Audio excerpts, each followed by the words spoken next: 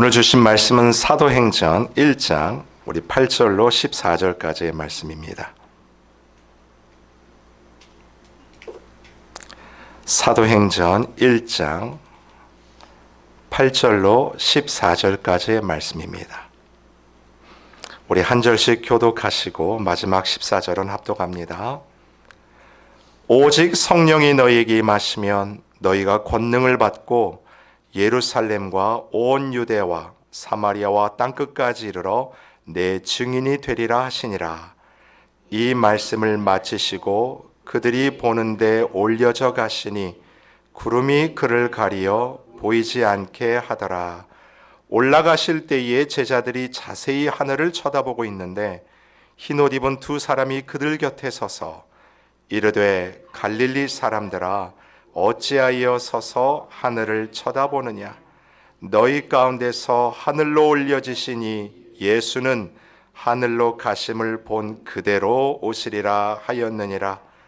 제자들이 감람원이라 하는 산으로부터 예루살렘에 돌아오니 이 산은 예루살렘에서 가까워 안식일에 가기 알맞은 길이라.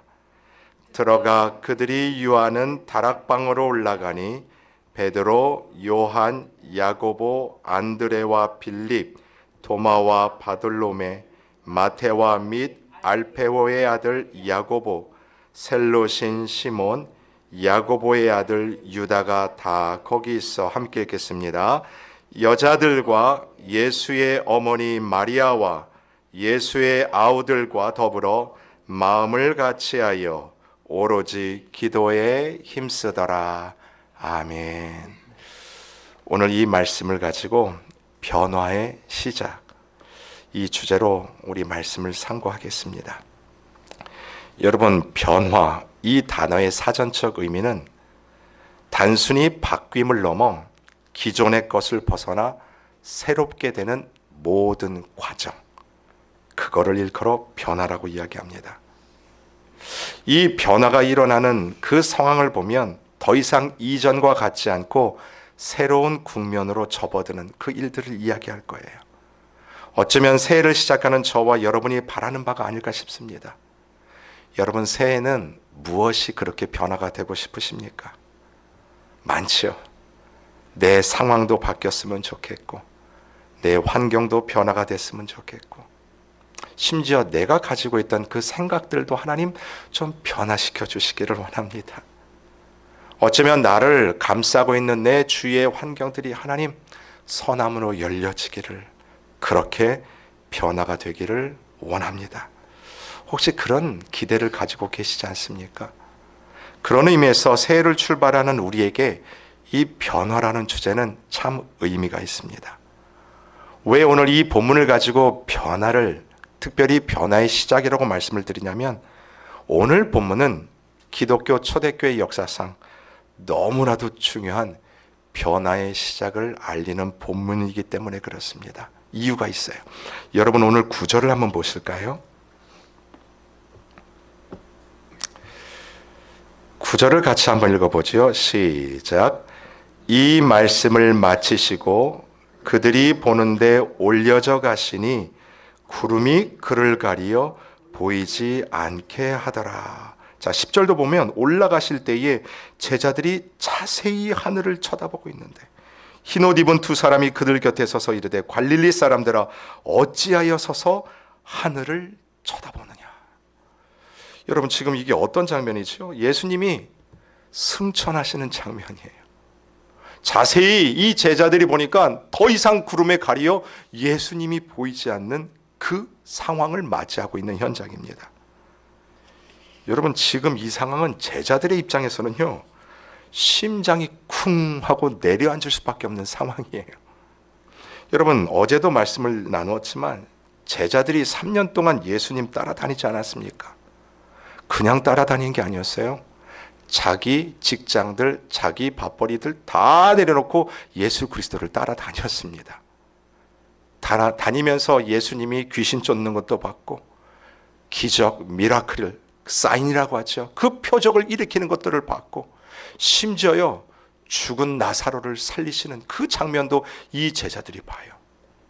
그때마다 예수님이 제자들에게 뭐라고 말씀하시냐면, 나는 이 구원을 위하여, 인자가 온 것은 죄인을 위해서 이 땅 가운데 왔음을 선포하실 뿐만 아니라 이 일을 위해서 내가 십자가에 죽을 것이고 반드시 사흘 만에 부활할 것이다, 그 얘기를 해요. 근데 여러분, 그 십자가의 죽음 앞에서 제자 중에 요한만 빼고 다 도망가지 않습니까? 여러분, 그때요 예루살렘이 난리가 났습니다. 아주 뒤집어졌어요. 부활하는 그날 여인들이 예수님의 부활을 목격하지 않습니까?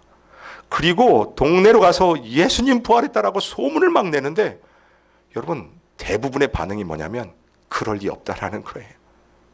특별히 로마 정부가 이 예수의 부활의 소식 때문에 민심이 동요할 것을 걱정하여서 로마 군인들을 다 풀어서 예수님의 시체를 찾겠다고 막 곳곳 다니면서 수소문하면서 찾아다닙니다. 여러분, 누구를 제일 먼저 찾아갔을까요? 제자들을 제일 먼저 찾아갔겠죠. 분명히 그 제자들이 예수님 시체 숨겼을 것이다. 그래서 두려움에 떨고 있던 이 제자들이 한 곳에 모여 있지 않습니까? 근데 너무나 놀라운 거는 그 두려움에 떨고 있는 제자들 가운데 부활하신 예수님이 나타나세요. 그리고 그들을 만나 주시지 않습니까? 그리고 그들 가운데 말씀을 전하시고 어떤 약속을 주시냐면 오늘 8절의 말씀이에요. 한번 같이 읽으실까요? 8절입니다. 시작. 오직 성령이 너희에게 임하시면 너희가 권능을 받고 예루살렘과 온 유대와 사마리아와 땅끝까지 이르러 내 증인이 되리라 하시니라. 아멘. 어떤 말씀하시고 하늘로 승천하시냐면, 봐라, 성령을 기다려라. 성령이 너희들 가운데 임하면 너희가 권능을 받게 될 것이다. 이 권능이 두나미스, 여러분이 잘 알고 계시는 다이너마이트예요. 폭발적인 그 능력. 이것을 받는 이유는 다른 것이 아닙니다. 땅끝까지 이르러 이 부활의 예수 그리스도를 증인 삼는 증인의 삶을 살 것이다. 여러분, 왜 이 본문이 초대교회 역사상 중요한 변화의 시작이었냐면 예수님이 승천하며 주신 이 말씀 때문에 그래요. 이제 제자들 앞에는 두 갈래의 길이 지금 딱 놓여져 있는 겁니다.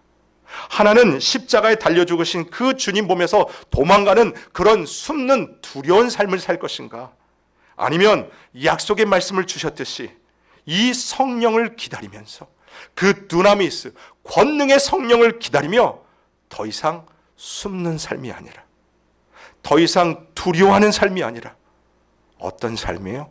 증인의 삶이에요. 증인의 삶을 살려면 숨는 게 아니라 뛰쳐나가야 되지 않겠습니까? 나를 묶었던 이 모든 것들을 풀고 앞으로 나가며 예수 그리스도가 부활하셨습니다. 이 증인의 삶을 살 것인가, 이 두 갈래 길에 이 제자들이 딱 서 있는 거예요. 이 제자들 가운데, 이 상황 가운데 어떤 결단을 했을까요? 실은 이것이 변화의 시작이라는 것입니다. 제자들이 이러한 위대한 결단을 합니다. 12절을 보시겠습니다.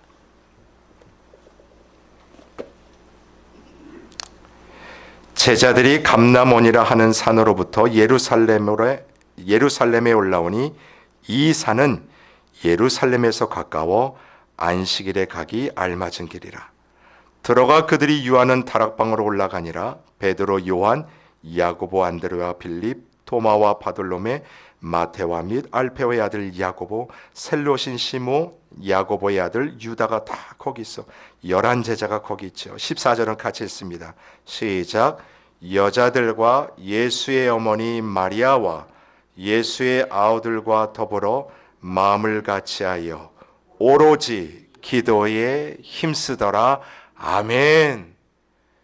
여러분, 예수님의 그 말씀이요, 더 이상 보이지 않는 그 예수님이 주신 성령을 기다리라는 그 말씀을 받고 제자들이 했던 놀라운 여러분 결단이 뭡니까? 오로지 기도에 힘쓰더라예요. 오로지 기도에 힘쓰더라. 사랑하는 성도 여러분, 지금 제자들이 맡고 있는 그 두려움의 현실 앞에 그들이 했던 결단이 바로 이거예요. 기도입니다. 무릎 꿇음이에요. 저는 분명히 믿습니다. 이 기도가 초대교회의 부흥의 출발, 변화의 시작이 되었다고 믿어요. 뿐만 아니라 이 기도의 무릎 꿇음은 새로운 출발을 하는 여러분의 이 삶 가운데도 분명히 하나님이 역사하시는 놀라운 권능의 통로가 될 것을 믿습니다. 여러분, 그런 의미에서 이 기도는 모든 문제를 여는 하나님이 주신 열쇠임이 분명합니다. 하나님께서 여러분 삶 가운데 닥치는 모든 어려움과 두려움과 그 상황들을 넉넉히 이길 수 있도록 역사하시는 그 도구, 그게 바로 기도라는 거예요. 여러분, 내일 본문부터 이제 오순절을 통해서 이 교회가 태동이 되는 게 나옵니다. 우리 목요일부터 이제 교회가 태동이 되는 얘기가 나올 텐데, 여러분, 이 교회가 이제 태동이 되면서 초대교회 때 참 어려운 문제가 참 많았어요. 그 교회들 가운데 사람이 모임을 통해서 참 여러 가지 문제들이 나타났는데, 어떤 문제가 있었냐면 사도행전 6장 1절을 제가 읽어드릴게요. 그때의 제자가 더 많아졌는데 헬라파 유대인들이 자기의 과부들이 매일의 구제에 빠짐으로 히브리파 사람을 원망하니. 보세요. 그때 제자가 더 많아졌는데, 이제 교회가 성장을 경험하고 있는데, 거기 보니까 교회 안에 누가 있냐면 헬라파 유대인들이 있고 히브리파 유대인들이 있는 거예요. 여러분, 히브리파 유대인들은요, 태어날 때부터 유대에서 태어나 유대 말을 쓰고 자란 사람들이에요. 그러니까 지금으로 말하면 좀 보수적인 성격을 가지고 있는 분들. 이 헬라파 유대인들은 유대에서 태어난 자들이 아니에요. 유대인임에도 불구하고 디아스포라라고 그러죠. 그래서 외국에서 태어난 사람이에요. 그러니까 언어도 외국 언어를 사용하고 문화도 외국 문화, 음식도 마찬가지입니다. 그러니까 이 외국의 영향을 받는 이 유대인들이 이 교회 안에 들어온 겁니다. 근데 보세요. 그들이 서로 원망을 하고 있어요. 이 원망이 작은 사건은 아니었던 것 같아요. 왜냐하면 누가가 이 사도행전을 쓸 때 그것을 솔직 담백하게 기록한 것을 봐서 이것이 당시에 큰 이슈가 되었던 것은 분명한 것 같습니다. 근데 보세요. 그들이 원망했던 이유가 뭡니까? 헬라파 유대인들이 자기의 과부들이 매일의 구제에 빠졌다라는 거예요.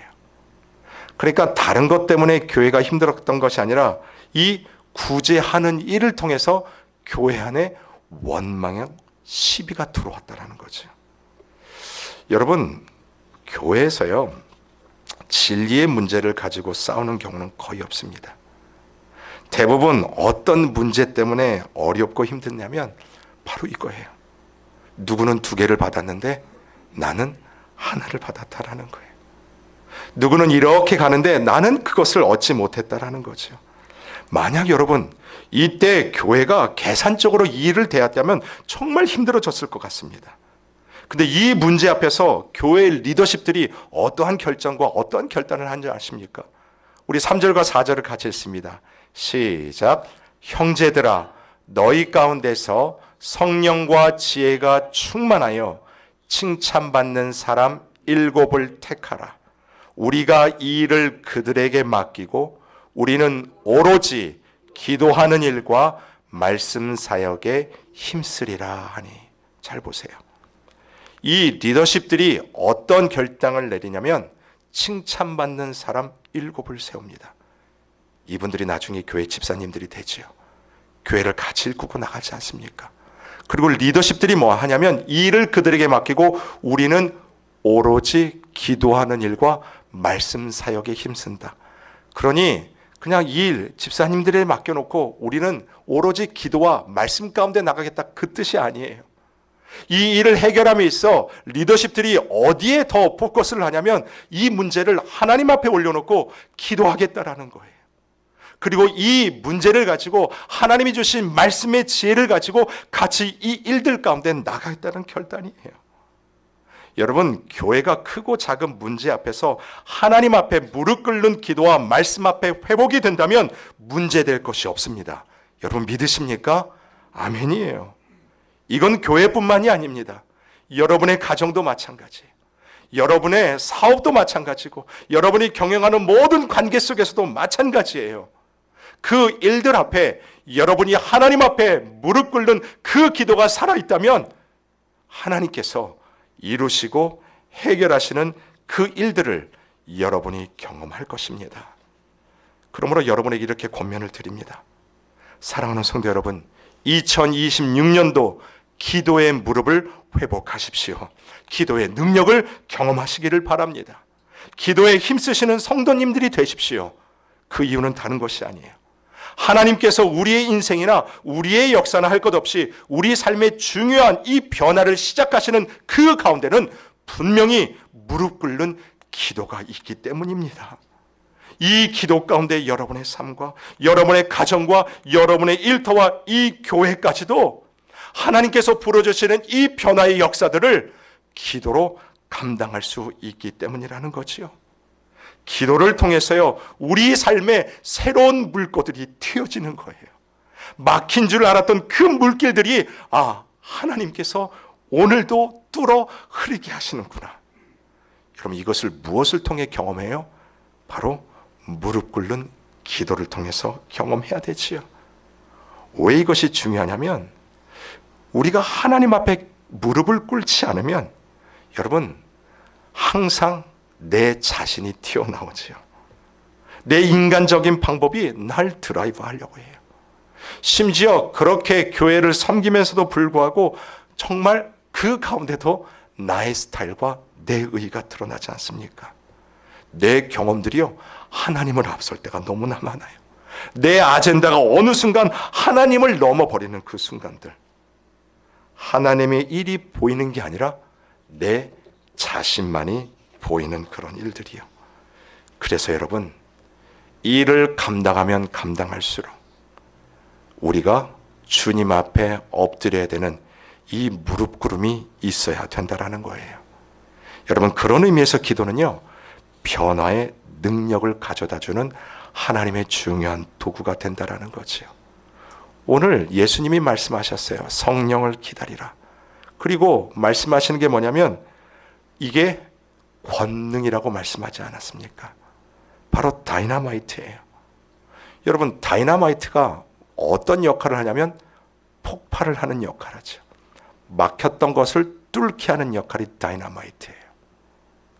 여러분, 그렇다면 이 기도를 통해서 성령의 은혜를 경험한 우리들이 무엇을 무너뜨려야 될까요? 여러분, 우리는 자꾸 이 기도를요, 외부의 환경을 바꾸는 것으로 생각하는 경우가 참으로 많습니다. 무슨 말이냐면, 하나님 고쳐주십시오. 그런데 상대방을 고쳐주시고 누구누구를 고쳐주시고 어떠한 환경을 고쳐달라는 외부의 것을 바꿔달라는 기도를 할 때가 참 많아요. 예를 들면 여러분이 남편을 생각하며 기도할 때가 있잖아요. 하나님, 내 남편 이거 바꿔주세요. 아니면 내 자녀를 위해서 기도할 때 하나님, 내 자녀 이거 바꿔주세요. 근데 여러분, 여러분이 기도한 대로 바꿔지던가요? 아니에요. 여기서 말하는 권능, 변화, 이 폭발이 뭐냐면 그 기도를 드리는 중에 상대방이 바뀌는 게 아니에요. 누가 바뀌는 거예요? 내가 바뀌는 거예요. 그렇게도 바뀌지 않던 내 자신이 하나님 앞에 무릎 꿇고 기도함을 통해 내 자신이 바뀌는 거라고요. 여러분, 우리가 호기롭게 2026년도를 시작했지만 여러분이 맞닥뜨리는 그 삶은 좋은 환경도 있지만 그렇지 못한 환경도 분명 우리한테 있지 않습니까? 그럴 때마다 하나님, 저 환경을 바꿔달려요. 그 기도가 아닌 하나님, 그 환경 속에서도 내가 그들을 품어낼 수 있고 하나님이 주신 권능의 능력으로 말미암아 이 일을 감당할 수 있는 하나님, 내 자신이 될 수 있도록 나를 바꾸어 주십시오. 여러분, 그렇게 바뀌니까요, 그렇게 남편 꼴 보기 싫었던 그것도 이제는 받아들일 수가 있는 거예요. 그것이요, 시간이 지남을 통해 전혀 내 삶에 문제가 되지 않는다라는 거지. 여러분, 여러분의 자녀들 가운데도 바로 이런 관계예요. 여러분의 자녀와 여러분 사이에 이 하나님의 화평, 이 두나미스 권능이 있다라는 거죠. 여러분, 우리 교회도 마찬가지예요. 성도와 성도 사이에도 마찬가지입니다. 상대방이 바뀌는 것이 아니라 바로 내 자신이 바뀌는 거지요. 결국 주도권의 싸움이에요, 여러분. 우리가 헤게몬이라고 하죠. 이 주도권을 내가 갖고 있는가? 아니면 내가 가지고 있는 이 주도권을 누구한테 올려드려요? 하나님 앞에 올려드리는 그 산말입니다. 그래서 오늘 이 모습 제자들이 보면 기도를 하는데 그냥 기도하지 않아요. 어떻게 기도한다라고 그래요? 오로지 기도에 힘쓴다. 오늘 사도행전 6장도 마찬가지죠. 오로지 기도한다라는 거예요. 여러분, 이 오로지의 뜻이 뭘까요? 이 문제는 하나님께서 개입하셔야지만 해결될 수 있다라는 신앙 고백 아니겠습니까? 여러분, 저와 여러분은 능력이 많은 것 같지만 절대로 그렇지 않아요. 하나님이 내 삶에 개입하지 않으시면 한순간도 살 수 없는 연약한 자가 바로 저와 여러분이라는 것입니다. 여러분, 이 사도행전을 누가 쓰고 있냐면 누가 아닙니까? 잘 아시는 것처럼 누가는 의사이자 역사학자 아니에요. 누가가 썼던 성경이 하나 더 있어요. 사도행전이 아니라 누가복음이에요. 근데 여러분, 누가복음을 보시면 다른 사복음서에서는 나오지 않는 귀한 장면이 이 누가가 일부러 그 장면을 누가복음에 싣고 있는데 어떤 장면이냐면 예수님이 기도하시는 모습이에요. 예수님이 그렇게 사역을 힘들게 하시고 나면서도 아침에 일찍 일어나 습관대로 기도하셨던 모습을 이 누가가 사실적으로 표현해내고 있습니다. 그런데 예수님의 모습과 함께 어떤 모습을 대비시키냐면 제자들의 모습을 대비시켜요. 예수님은 거기에서 땀방울이 핏방울이 되도록 엎드려 기도를 하시는데 제자들은 어떻게 하고 있어요? 자고 있는 거예요. 하나님께서는 십자가를 앞에, 예수님께서는 그 십자가를 앞에 놓고 계시면서도 정말 자기의 창자가 끊어지는 마음으로 하나님 앞에 엎드려 기도하고 있음에도 제자들은 쿨쿨 자고 있는 모습. 그게 누가복음이에요. 거기서 이 제자들의 모습을 솔직히 드러내고 있습니다. 그런데 사도행전으로 넘어오면서 이 제자들이 변화가 됐어요. 어때요? 예수 그리스도가 승천하여 그들의 눈에 보이지 않음에도 불구하고 그들은 오로지 기도에 힘쓰는 자들이 되었다라는 거죠. 사랑하는 성도 여러분, 이 2026년도도 하나님 앞에 오로지 기도로 엎드리는 여러분의 삶이 되시기를 주님의 이름으로 축원을 드립니다. 모든 문제와 환경과 그 삶을 넘어 나를 변화시킴으로 하나님이 주시는 두나미스, 그 권능을 펼칠 수 있는 여러분이 되시기를 주님의 이름으로 축원을 드립니다. 아멘.